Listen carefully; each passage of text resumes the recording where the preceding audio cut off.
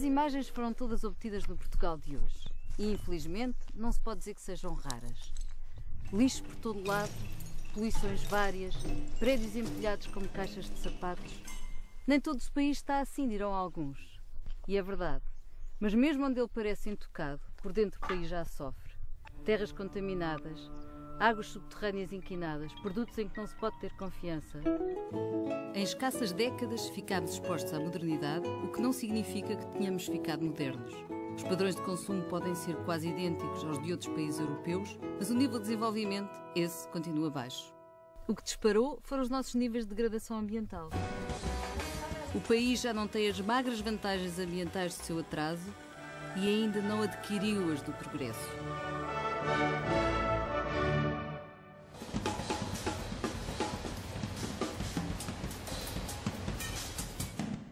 Com a ajuda de milhares de imagens captadas pela RTP ao longo de 5 décadas, vamos mostrar um retrato ambiental do país.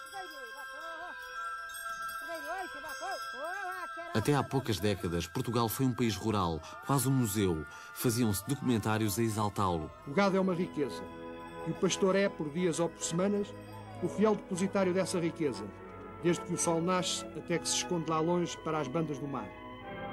Abrigados no casacão de palha, onde não entra o frio nem a chuva, vigiam o olhar penetrante os pontos brancos que se movem na encosta e são outras tantas pequenas indústrias de transformação de erva em leite, lã e carne. Mas a realidade não era assim tão idílica. A vida rural era dura, o trabalho pesado e mal pago. Algumas medidas justificadas com argumentos patrióticos tiveram efeitos ambientais desastrosos. Foi o caso da campanha do trigo nos anos 30. A destruição de extensas áreas de vegetação natural provocou uma erosão irreversível. Durante o Estado Novo, a campanha do trigo era motivo de festejo anual com bênção da igreja e tudo. Depois veio a florestação intensiva nas serras do interior.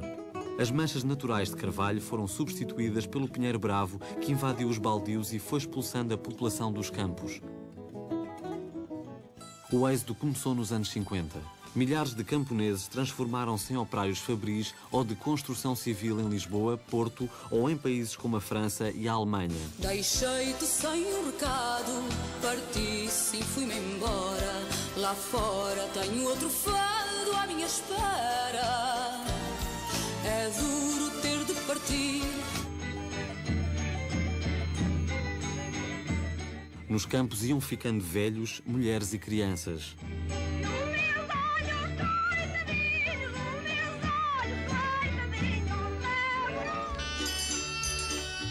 Mas a vocação agrícola continuava bem enraizada e a televisão mostrava isso.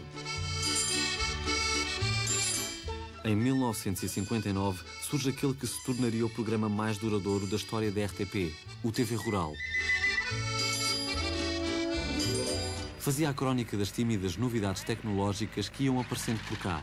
Como lembrava Sousa Veloso em finais de 60, a olivicultura equivalia ao valor de toda a indústria de construção civil e reparação naval de todo o continente e ilhas.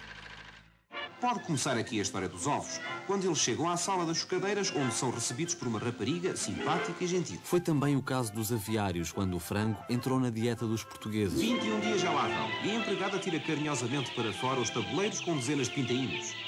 A seguir, numa caixa de cartão, os pintos vão para a creche, que tem aquecimento central. A vida na creche é monótona, mas quando mal cuidam, quando menos esperam, chega o dia da liberdade. Nos galinheiros, à hora do almoço, é uma festa. À mesa, todos querem apanhar o melhor bocadinho. E assim é que se engorda, até à altura em que, para muitos, chega o momento fatal.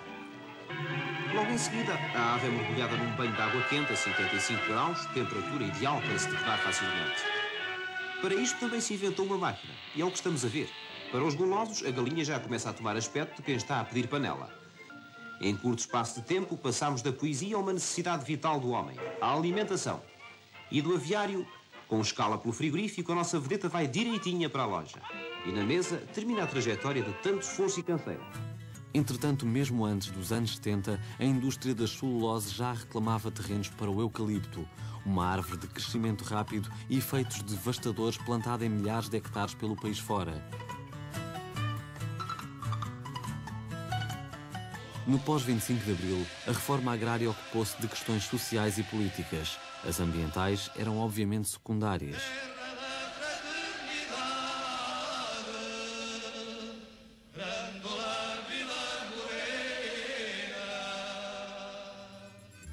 A partir de 1983, o país começou a preparar-se para a integração europeia.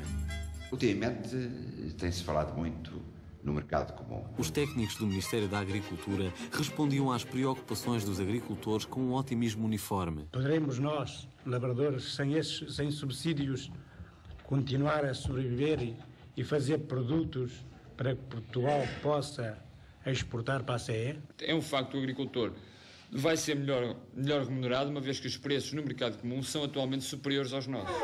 Se o agricultor entrar para um esquema de agricultura racional, com boas produções, é um facto que a adesão ao mercado comum só lhe vai trazer vantagens e, portanto, aumento de rendimentos. Prometeram-se grandes mudanças. O governo garantia que tudo se ia resolver. Dinheiro não faltaria.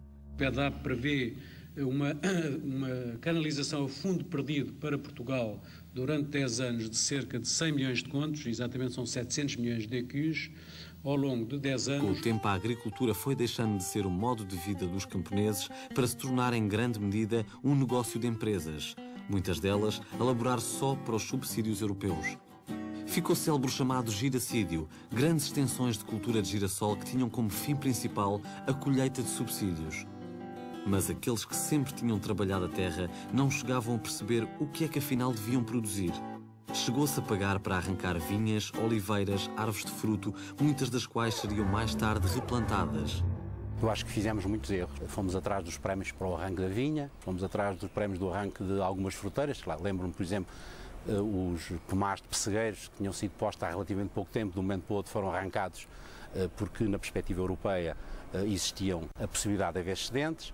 Fomos atrás do arranque, ou pelo menos do descuido quase total de pomares tradicionais, nomeadamente no âmbito das macieiras, com a ideia de que era sobretudo as variedades de maior expressão em termos europeus, que eram aquelas que nós devíamos apostar, esquecendo que uma agricultura com a nossa dimensão deve sobretudo apostar em nicho de mercado. Nunca pode ser uma agricultura a apostar em produtos indiferenciados, tem que ser sempre a apostar em produtos diferenciados.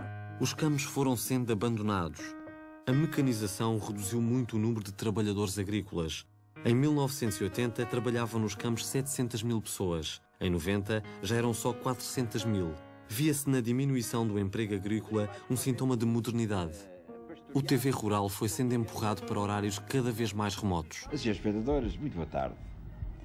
Nesta altura do ano e em alguns domingos, quando a esta hora os automóveis da Fórmula 1 se exibem em velocidades vertiginosas, algumas emissões de TV rural são suprimidas por causa das transmissões. O programa terminaria de vez em 1989. Entretanto, os campos foram se encharcando de adubos e pesticidas cada vez mais.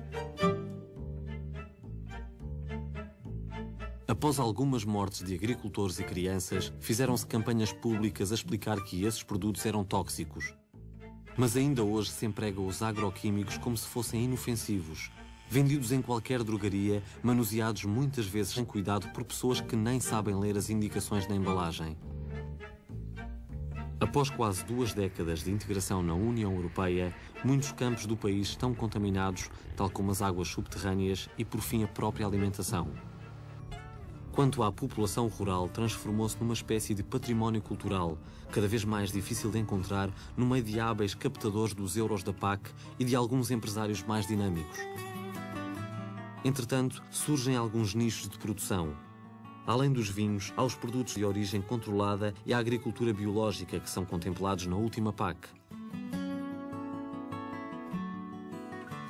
Se nós soubermos tirar partido destas novas orientações, eu penso que, apesar de termos perdido um conjunto de anos significativos, eu acho que a gente tem condições para passar a ter uma agricultura que, em algumas zonas, é capaz de produzir de uma forma economicamente eficiente e, portanto, orientada para o mercado, produzindo vinho, azeite, hortícolas, frutas, e depois uma aposta numa agricultura capaz de se integrar na perspectiva do ordenamento do território e na perspectiva da conservação da natureza. Mas o ambiente não é só o campo. O mar tem lugar central na identidade portuguesa, desde as navegações dos descobrimentos até à imagem típica dos pescadores que os postais oferecem aos turistas, mesmo antes deles visitarem a Nazaré. Folclore à parte, a vida dos pescadores era incerta, quando não, trágica. Os homens do mar, os pescadores de rosto queimado pelo sol e curtido pela salina, da abnegação tão grande como o horizonte dos seus olhos, são heróis cotidianos, heróis de toda a hora. Na vida perigosa e árdua que o destino lhes oferece, basta, quantas vezes, uma simples oração à Virgem para enfrentarem sem medo as fúrias de uma procela.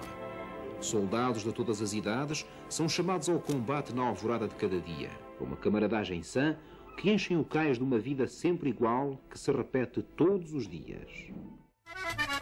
Portugal ainda é o país da União Europeia com maior consumo de peixe per capita. O mar continua a ser o nosso maior recurso em riqueza e em extensão. Em finais dos anos 50, algo tinha mudado na visão oficial das pescas. O Estado Novo resolveu integrar em corporações a população pescatória. Criaram-se lotas e bairros de pescadores. Investiu-se na frota bacalhoeira. A frota dos pescadores da Terra Nova recebe a bênção de onde outrora partiam as caravelas.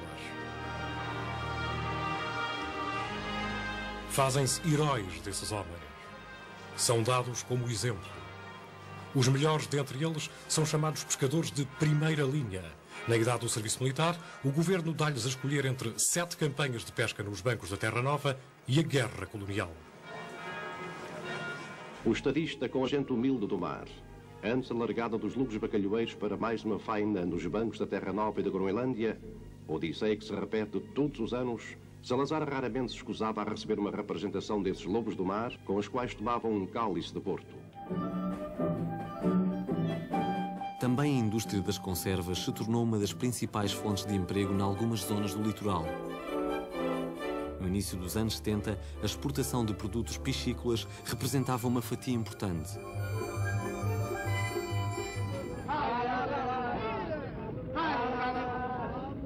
No 25 de Abril, havia um mar de assuntos mais urgentes do que a conservação dos nossos recursos marinhos.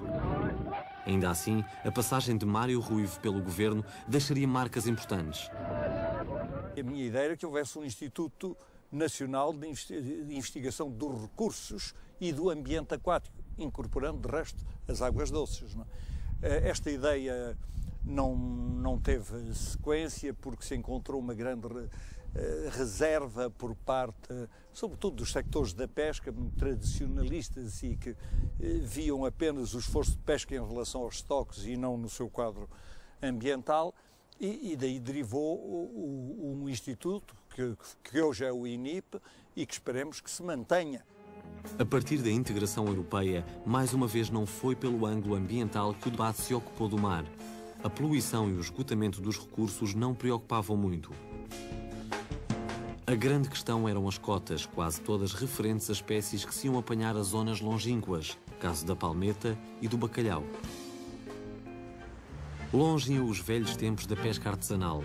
Aquilo que se discutia agora era o abate das traineiras com o consequente abate de pescadores a troco de indemnizações. Entre 1985 e 1995, 16 mil pescadores e milhares de embarcações foram retiradas. Entretanto, fecharam várias fábricas de conserva.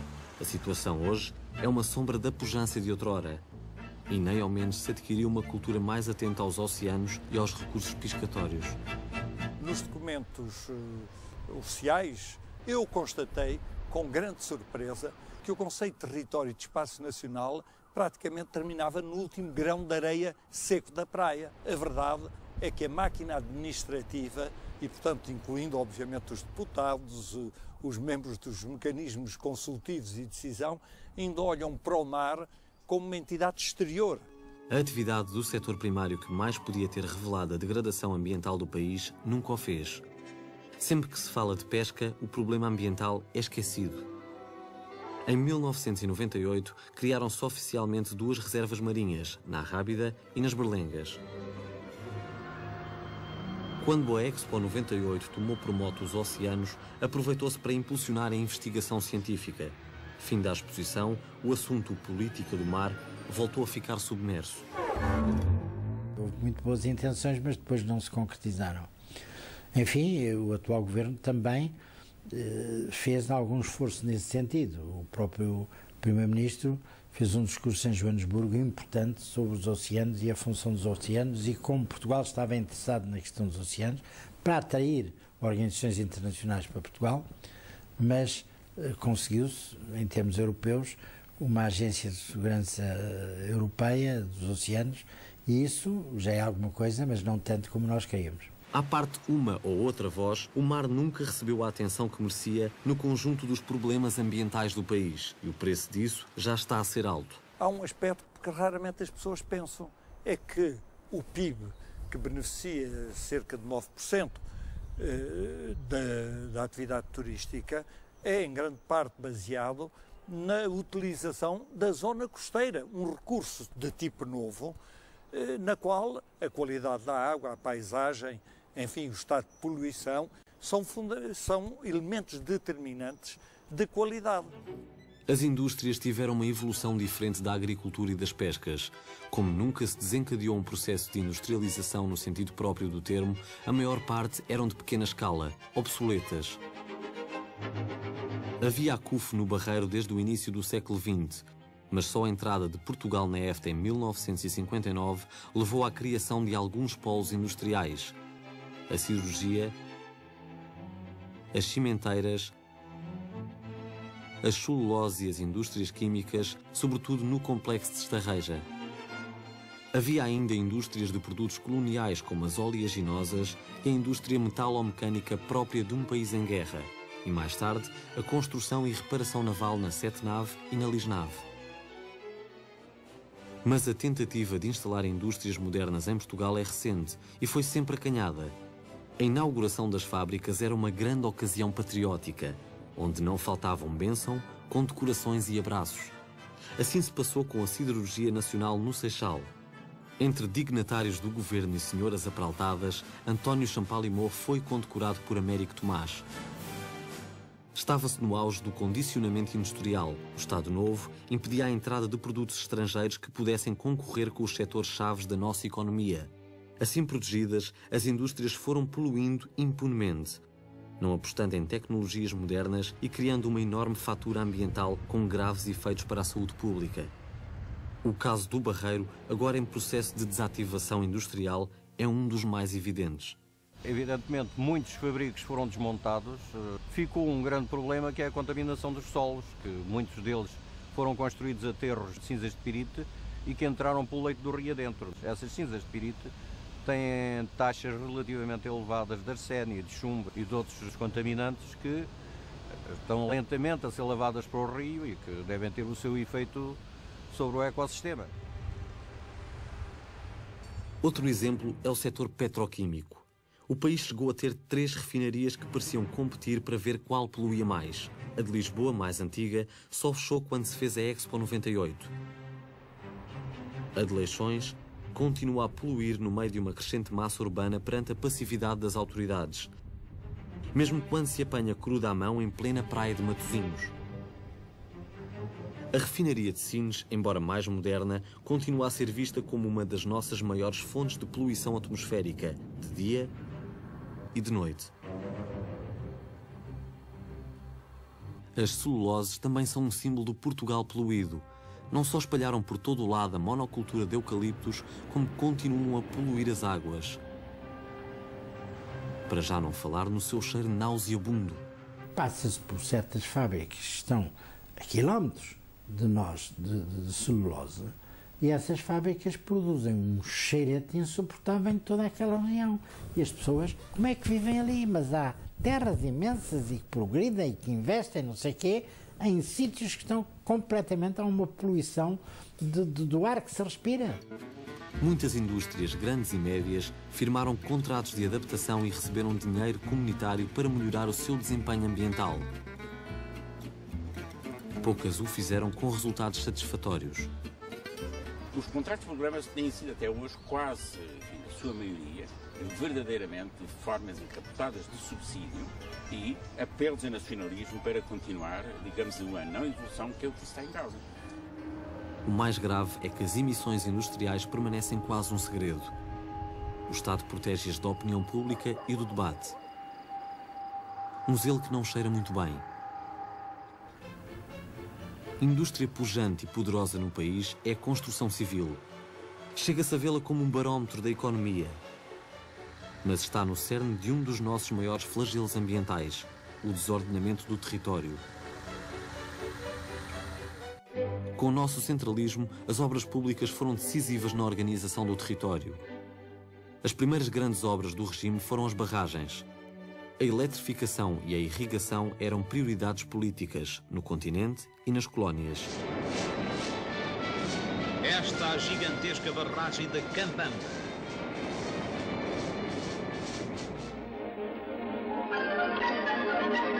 A barragem de Caniçada, conjunto de técnica e beleza, é exemplo de um dos maiores esforços para a transformação da água em eletricidade. Estas ruínas, em vez de desolação, significam progresso. São restos de uma aldeia que durante o inverno fica debaixo das águas da Albufeira. A população foi desalojada, mas a hidroelétrica do Cávado substituiu as suas habitações, na maioria mal construídas, por uma povoação novinha em folha. Na nova aldeia de casas sólidas e limpas, o povo vive satisfeito. No seu coração haverá saudade pelos antigos lares, mas a tradição também se renova.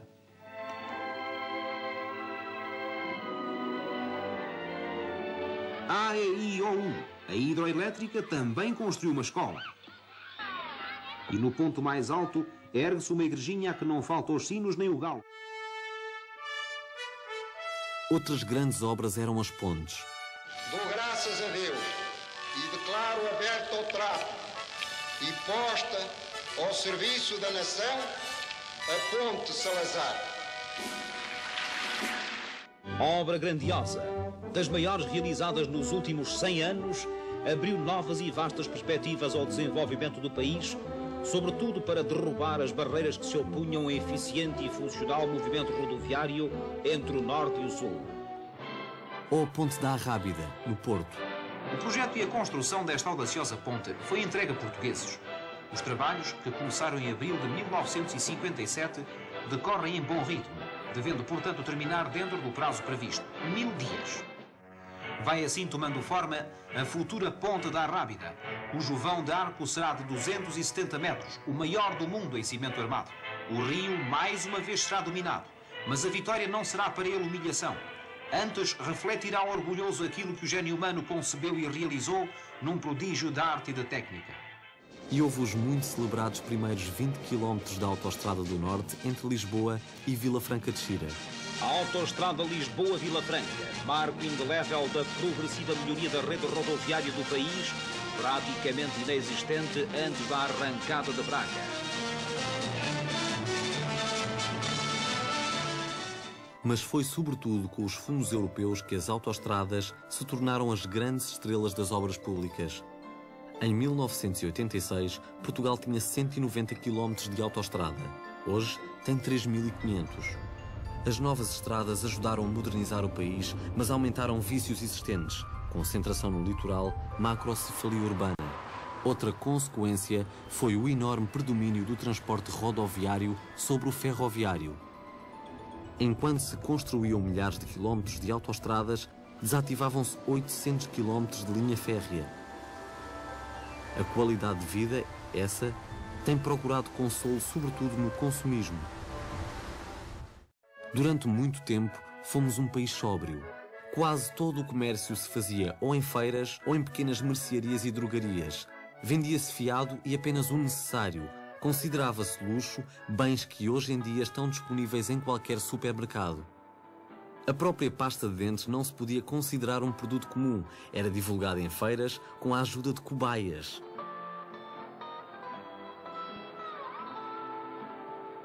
Só muito tarde se generalizaram objetos que noutros países toda a gente usava há muito.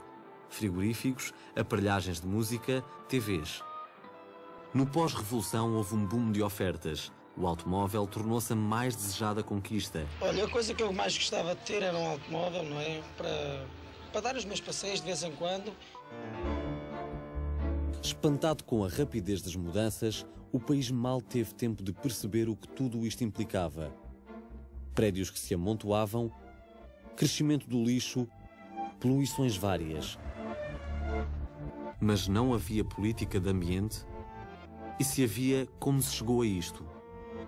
A primeira instituição dedicada a estes assuntos foi criada em 72, durante a Primavera Marcelista. Chamava-se a Comissão Nacional do Ambiente. A sua função era preparar a nossa presença na Conferência de Estocolmo. Marcelo Caetano via aí uma oportunidade para quebrar o nosso isolamento internacional. A liderança da Comissão foi assumida por Correia da Cunha, deputado da então ala liberal. Portugal estava a esvair-se depois de uma guerra já de mais de 10 anos, para a qual não se via saída nenhuma. Quer dizer, estávamos isolados internacionalmente, tínhamos sido expulsos da Unesco, por exemplo, para ir a uma reunião da instituição do ambiente a nível das Nações Unidas, em Nairobi, tinha que ir quase clandestino e de barba para não ser reconhecido. Levava comigo uma declaração de repulsa porque tinha a ameaça constante de ser expulso. Isto é uma situação realmente muito complicada. Foi muito complicada. Eu reforçava a ideia de que é importante arrumar a casa. Se Lisboa não tem os problemas que tem Londres ou Nova Iorque ou Tóquio, depois mais uma responsabilidade nos cai em cima, que é de evitar que lá cheguemos. Uma vez que não se conseguiu enverdar por uma política preventiva, procurando, enfim, beneficiar do atraso que existia, atraso em termos de desenvolvimento económico, com as medidas adotadas em países mais avançados, caímos nos mesmos erros e nas mesmas dificuldades. Poluição atmosférica, o ruído, enfim, uma série de preocupações que a Comissão do Ambiente procurou, de alguma forma, cobrir e trazer até ao público pelos programas que foi fazendo. O programa Há Só Uma Terra, produzido pela Comissão Nacional do Ambiente e apresentado em horário nobre na RTP, foi um marco na cultura ambiental portuguesa.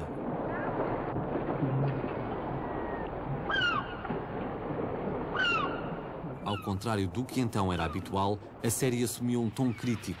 Quando se trata da generalização dos adubos e pesticidas, ou quando se trata da implantação de uma nova fábrica, quem efetivamente decide dos prejuízos, dos benefícios? Afinal, a pergunta em que vimos sempre cair. Isto evidencia que, no fundo, a luta, o estabelecimento de prioridades da luta contra a poluição necessita, sobretudo, de uma opinião pública consciencializada. O ambiente era uma coisa desconhecida em Portugal quando realmente se começou a fazer o programa na RTP. E, portanto, os próprios poderes, não é? O poder oficial do Estado, o poder dos industriais e outros, não estavam preocupados. Embora os industriais já soubessem porque tinham reações do que se passava lá fora. Não é? O poder oficial do Estado, do Governo, esse estaria mais desprevenido. E, portanto, os primeiros terão corrido não como rosas, mas enfim, não terão tido grandes problemas. Mas à medida que o programa ia avançando e que se ia avançando no tom, não é? Em se iam dizendo coisas mais graves, a censura começou a arregalar o olho. A RTP mostrava pela primeira vez um outro país. Inúmeros problemas se escondiam por trás da versão oficial. As denúncias sucediam-se. Na costa da Caparica... Verão de 1973. Eis o que resta de uma das maiores e mais belas praias portuguesas. Na Serra da Arrábida...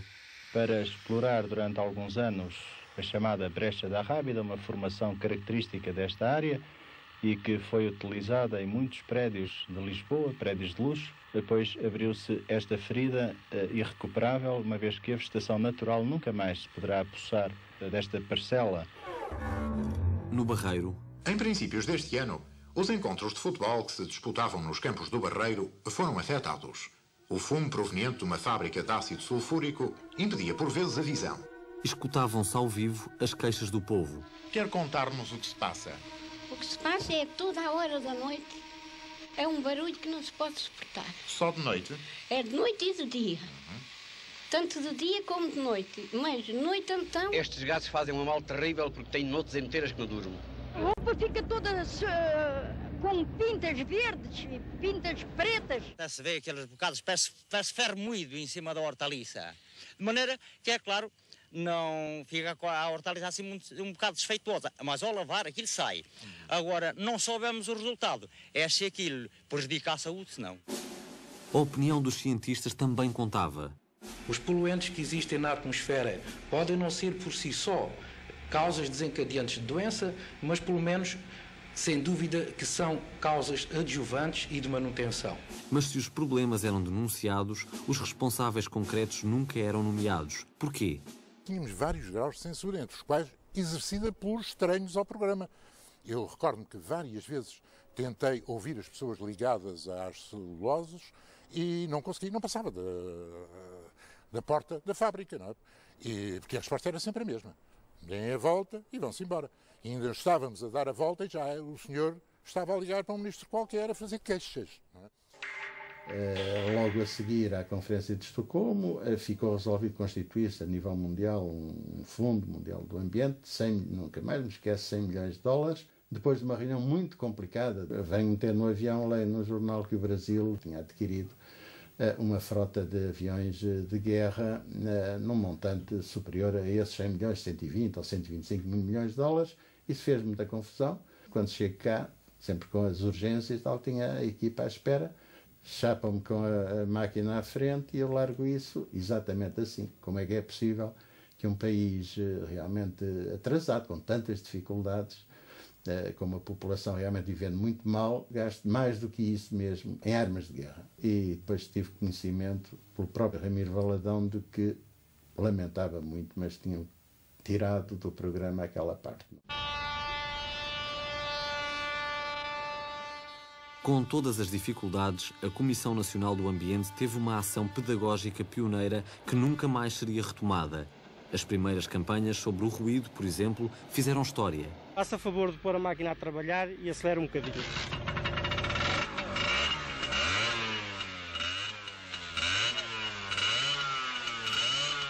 Também se tentou fazer o inventário das fontes de poluição e a análise da água das praias, bem como preparar alguma legislação. Mas não foi fácil. Eu sou convidado, estava a acabar o meu curso de Direito, eles tinham um consultor jurídico, era o Magalhães Mota, e aquilo era uma comissão intergovernamental, feita para empatar jogo. Melhor, o Correio da Cunha queria que ela trabalhasse, mas depois tinha o quê? Os diretores gerais de todos os ministérios queriam empatar jogo. Ou porque queriam manter competência, ou porque eram ministérios económicos que achavam que falar em poluição e ambiente é criar problemas para a atividade económica. Preparavam-se diplomas, faziam-se estudos, mostrava-se como era lá fora. Eu tinha reuniões infindas, olhavam para mim como quem diz, este tipo é um miudinho, vem com ideias subversivas, ou pelo menos um bocado estranhas, e é evidente que no país ainda não é possível, há de ser possível um dia mais tarde, daqui 20, 30, 40 anos. Agora, foi o núcleo, o embrião, de uma chamada de atenção para problemas ecológicos. Estamos a falar há 34 anos, ou há 33 anos. Era revolucionário para a altura. Houve ainda os primeiros ensaios de planeamento, o embrião que podia ter evitado as graves consequências que todos sofremos hoje em dia. A política de ambiente aparece como sendo contrária à política oficial do governo e dos interesses que estavam ligados a ele, sempre com alguma cumplicidade do professor Marcelo Caetano, honra seja feita, de que entendia que algo havia que mudar e que, portanto, nós seríamos uma peça, nós já então na área do ambiente, seríamos uma peça a favor dessa mudança. Com o fim da ditadura, criou-se no governo um lugar oficial para o ambiente. Uma subsecretaria de Estado liderada por Ribeiro Teles. Era uma novidade, subsecretário de Estado do Ambiente. Quem me convidou foi o meu amigo Nuno Portas para aparecer naquela situação. Eu não sabia o que é que ia fazer. E, tinha várias ideias, não sabia como as passaria para a política. Perante um diagnóstico que não era famoso, o subsecretário definiu uma agenda de prioridades. Para já, os aspectos que me vão preocupar mais são os do saneamento básico dos esgotos, do abastecimento de água e a defesa intransigente do solo agrícola de exceção. Arquiteto, desculpe, mas eu prevejo que vai ter imensas dificuldades em pôr uma política dessas em ação. E teria. A ação de Ribeiro Teles seria mais legislativa do que executiva. Mesmo assim, criou as áreas protegidas e o Serviço Nacional de Parques. Reforçou a proteção dos solos. Não havia condições políticas para mais, mas a agenda ambiental então definida manteve-se atual por muitas décadas. Em termos ambientais, este período ficou marcado pela luta contra a instalação de uma central nuclear em Ferrel, próximo de Peniche. Mas o certo é que o 25 de Abril não assumiu o ambiente como objetivo. Foi um mundo novo que surgia, foi um entusiasmo em todos os sentidos e a parte ecológica teve a sua cota parte aí, como digo, os parques naturais, todo o interesse pela ordenação do território, tudo isso, mas ao mesmo tempo não foi uma prioridade absoluta, porque havia outras coisas, havia a guerra que era preciso terminar, fazer a paz, houve o choque da perda do Império, com o regresso de todos os retornados, e houve muitas outras coisas, as dificuldades, as confrontações, o modelo da economia e o modelo até político-social. Primeiro, os governos não duravam nada. Portanto, os governos provisórios chegavam, caíam. E o Paulo Ribeiro Teles não era. Depois era um subsecretário de Estado, ou seja, não tinha poder nenhum. Era para dar um lugar ao PPM recém-constituído e para reconhecer o mérito científico dele. Depois, na opinião pública, tirando alguns setores da comunicação social e alguns setores nas universidades, mais jovens, associativos, não havia uma prioridade política do ambiente. Aliás, ainda hoje eu acho que não há a prioridade política do ambiente. A mim chamavam-me futurista, lunático, engraçadinho, mas enfim, é um bibelô para ter aqui a dizer que também se tinha ambiente, não é? Não era antipática a essa obstrução, era mais por falta de conhecimento. De 75 em diante, o colapso financeiro do país não permitiu reforçar a política ambiental. Houve que esperar pela primeira metade dos anos 80, quando Ribeiro Teles, regressado ao governo, faz as leis das reservas ecológica e agrícola nacionais e dos planos diretores municipais. Contudo, uma vez mais, nem empresas nem sociedade civil atribuíam a devida importância aos problemas ambientais. O PCP cria o Partido dos Verdes, mas... Podemos considerar que o Partido dos Verdes, de alguma forma, resultou de um processo de engenharia genética. Foi fundamentalmente a tentativa, por parte do Partido Comunista Português, de importar para Portugal um modelo que era o modelo alemão. E com isso, no fundo, conseguiu dois resultados. O primeiro resultado foi o de ter reconstruído a sua estratégia frentista com um novo parceiro, depois do fim do MDP-CDE, um novo parceiro que era mais jovem, que tinha um certo toque de modernidade. O segundo resultado, que foi dramático para quem nas associações trabalhava em Portugal na área do ambiente, foi justamente o de ter associado durante mais de 10 anos as associações de ambiente que lutavam a nível local e regional pela conservação da natureza, pela qualidade de vida ambiental, ter associado essas associações com, efetivamente, um partido político. Foi o protagonismo assumido por um jovem secretário de Estado do Ambiente, Carlos Pimenta, que deu visibilidade às questões do ambiente. Chamado em 1986 em vésperas de adesão à CEE, Pimenta teria uma passagem demasiado breve pelo governo, mas ainda conseguiu tomar medidas fundamentais: a Lei de Bases, a criação do Instituto Nacional do Ambiente. Acima de tudo, revelou coragem ao mandar demolir as construções clandestinas na Lagoa de Albufeira e na Arrábida. A demolição das 658 barracas clandestinas que ao longo dos últimos 12 anos invadiram aquela zona da Serra da Arrábida, Parque Natural desde julho de 1976. Estas 50 casas que estamos a ver agora, o prazo para a demolição acabou no dia 31 de dezembro a concessão e depois foram dados 30 dias para as pessoas tirarem os seus haveres. Praticamente as casas já estão todas vazias. No dia 2, que é segunda-feira, entram as máquinas aqui no Portinho da Arrábida e, portanto, a Operação Mar Serra fica concluída.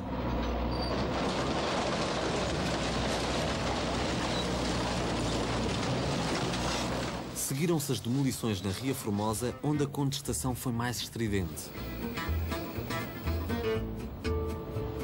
Houve ameaças de todo o género, houve guarda-costas, houve essas coisas todas. Mas isso, digamos, fazia parte, olha, do exercício da profissão. Mas a firmeza do Estado não era coisa para durar. Tornado incómodo, Pimenta rapidamente seguiu para deputado em Bruxelas. Os seus sucessores nunca mais tiveram a mesma vimência, nem o mesmo poder. Eu costumava dizer aos diretores gerais, quando eles diziam assim, há muitas pressões para aprovar isto ou para aprovar aquilo. Eu costumava dizer, mas alguém vos apontou uma pistola à cabeça? É que se apontou, a vossa decisão não tem valor, porque foi sob coação. Se não apontou, vocês não estão em risco de vida, não têm. Desculpa, esta história da pressão está em quem a recebe, não é quem a faz. Porque se quem recebe a pressão for imune à cunha, for imune à pressão, não há pressão que lhe valha. Macário Correia já recebeu uma pasta subalternizada no governo, com poucos recursos e exígua força política. Olha, em relação às indústrias poluidoras da pasta de papel, concretamente do Caima e de Cacia, foram-lhe aplicadas multas, aquelas que a legislação previa e que possibilitava naturalmente multas por descargas sem licença e descargas naturalmente que tinham um efeito negativo considerável no meio aquático. Mas além disso, quanto é que foi a multa, digamos? Foi de umas centenas de contos. A lei não permitia Isso para mais. empresas que ganham milhões de contos por ano. Ouça, isso é como multarem mesmo em 10 tostões. É o mesmo que nada. Eu dou-lhe exemplos de cada... Chegados os fundos europeus, a prioridade era o crescimento rápido. O ambiente passou a ser visto como um empecilho. Depois de tanto tempo, de tantas afirmações do professor Cavaco, que estamos no pelotão da frente, o ciclista e tal, e que estamos quase, na realidade foi tudo focalizado para os dinheiros de Bruxelas. Quem é que aproveita mais, como é que aquilo encaixa na nossa economia, e, portanto, não houve a capacidade de ver aquilo que eu perguntei, o que é que os senhores, membros do governo e, enfim, responsáveis, querem fazer de Portugal, o que é que querem que Portugal seja. Entretanto, as associações ambientalistas tornaram-se visíveis e interativas. Alguns conflitos mobilizaram as pessoas como há muito não se via. Em 1989, houve polémica por causa de uma exploração de caolino em Barqueiros. Um enfrentamento com a GNR provocou a morte de 2 jovens. Houve também a luta contra os eucaliptais em vários sítios do país. A ação popular observada por ecologistas da Quercus foi travada por uma GNR bem apetrechada de elementos. Umas corunhadas puseram em respeito os mais ousados. Decisivo foi o fim do monopólio da RTP. Com os canais privados, os problemas projetaram-se a um nível inédito. A população de Val da Tábua não é de ferro e fartou-se. E chamou os jornalistas por sua conta e risco. Os autarcas, obrigados a vir também. E os donos da pecuária, claro, não gostaram. Então faz favor de sair, faz favor de sair. Faz favor de sair. Bem, agora não me venham atrás de mim, pelo amor de Deus, pá. Eu estou a tentar só. Vai. As televisões começaram a ser chamadas pela população como se fossem uma espécie de última instância de recurso administrativo. Não se quer defender, portanto. Ou, em alguns casos, a primeira. E fugiu. Na sociedade portuguesa surgiram inúmeras tensões políticas. Em 1993 e 94, Mário Soares dedicou 2 presidências abertas aos subúrbios e ao ambiente.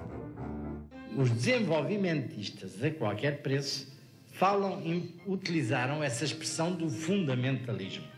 Não gosto nada mesmo dessa palavra, porque essa palavra é uma desculpa para não fazer as questões que devem ser feitas. Soares não gostou do que viu. Está péssimo, está péssimo. Foi apaziguador quando pôde. Foi pedagógico. O senhor pode abrir aqui uma estrada por aqui abaixo. Poderia eventualmente abrir. Mas amanhã viria aqui pessoas de outras formações, um americano, um asiático, um europeu qualquer, chegavam aqui e diziam: quem foi o criminoso que estragou isto? Era o senhor. Claro que o senhor não gostaria disso. E interpelou a sociedade civil. Com o vosso idealismo, para nos batermos por um Portugal verde, por um Portugal sem lixo, por um Portugal lindo. Mas o elan foi-se perdendo.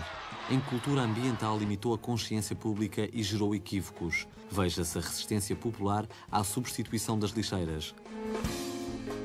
Desde o tempo em que as velhas barcaças transportavam os detritos de Lisboa para a outra banda, até ao crescimento exponencial do lixo, o problema foi sendo esquecido ou menosprezado. A partir de certa altura, o governo quis encerrar as mais de 300 lixeiras a céu aberto, substituindo-as por aterros.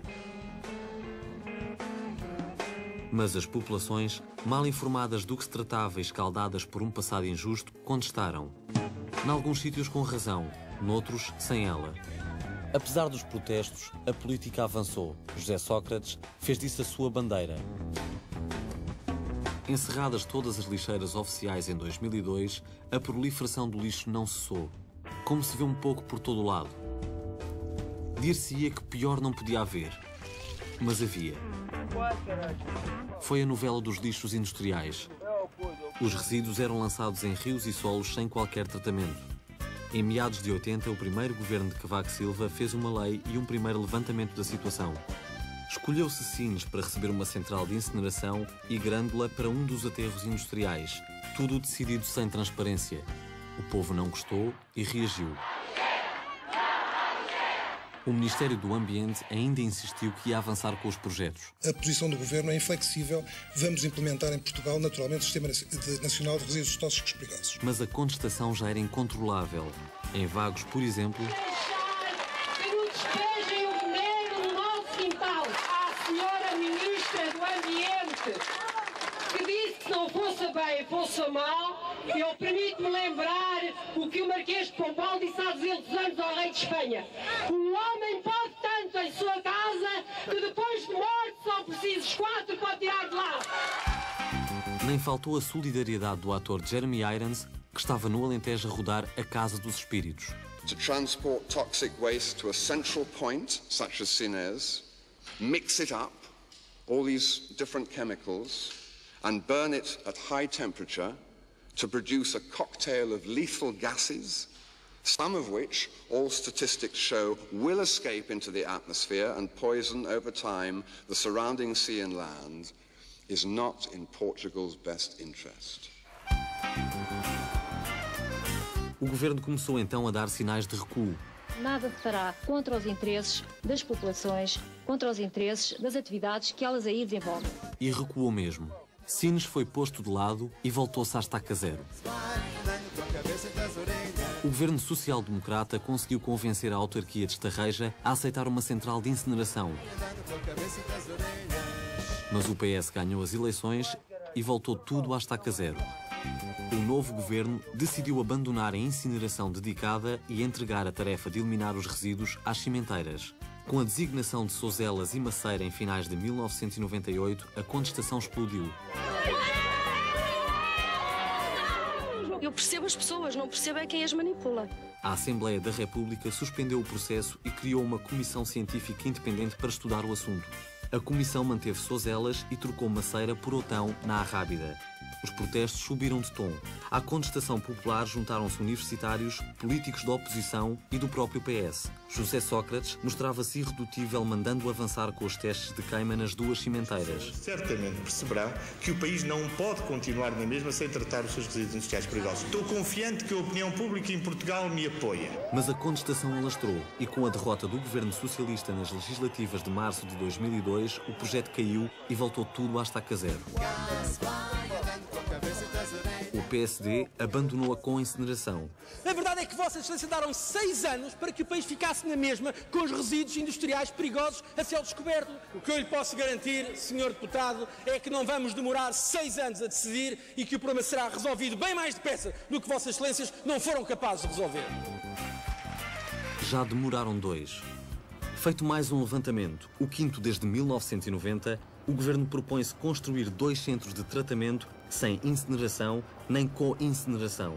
Até agora, ninguém sabe nem onde, nem como, nem quando, nem por quem. Quanto aos lixos industriais, continuam ao Deus dará. Quase 2 décadas após ter prometido resolver o problema, está tudo na estaca zero. Mas que sentido faz um país de fracos recursos gastar esforço e dinheiro durante tantos anos para ver arruinados os seus valores ambientais? Quando se põem acima dos valores e dos princípios e da moralidade, quando se põem certos aspectos, que é o sucesso e o dinheiro, e só se vê o dinheiro e o sucesso, é evidente que esses valores ficam prejudicados. Apesar de haver hoje uma sensibilidade para o tema ambiental e ecológico, as atividades económicas, a nível nacional como a nível local, ainda têm um peso considerável para, na hora da verdade, não direi retirar da agenda, mas limitar o alcance das medidas e das decisões no domínio ambiental. Finalmente, há um problema de cultura cívica. Todos aqueles que efetivamente participam na coisa pública têm que participar e têm que ter algo a dizer acerca da política de ambiente. No entanto, há um distribuidor do jogo, há um estrategista, há, digamos, uma entidade, um ator que tem uma responsabilidade principal. E essa responsabilidade é, de facto, das políticas públicas que cabe ao Estado, aos órgãos de soberania levar a cabo. Eu acho que o maior clique é a comunicação. Porque se a comunicação passar, depois são as pessoas que não deixam de não fazer. São as pessoas que se tornam mais exigentes.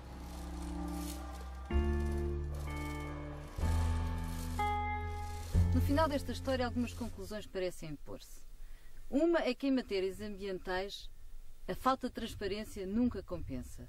Uma informação clara e séria é talvez o único antídoto eficaz à manipulação. Outra conclusão evidente é que o ambiente constitui um fabuloso recurso para a economia e para a autoestima do país. Compreende-se que um país como Portugal quisesse crescer rapidamente, ter acesso aos invejáveis bens materiais dos outros países desenvolvidos. Mas todo esse processo podia ter sido feito de uma forma muito mais saudável e racional. Passadas 2 gerações em revista, será a geração futura que irá querer perceber como é que em tão pouco tempo se chegou a esta lastimável condição ambiental. Citando Padre António Vieira, sabei, ministros, que se vos há de pedir estreita conta do que fizestes, mas muito mais estreita do que deixastes de fazer. Pelo que fizeram, se hão de condenar muitos, pelo que não fizeram, todos.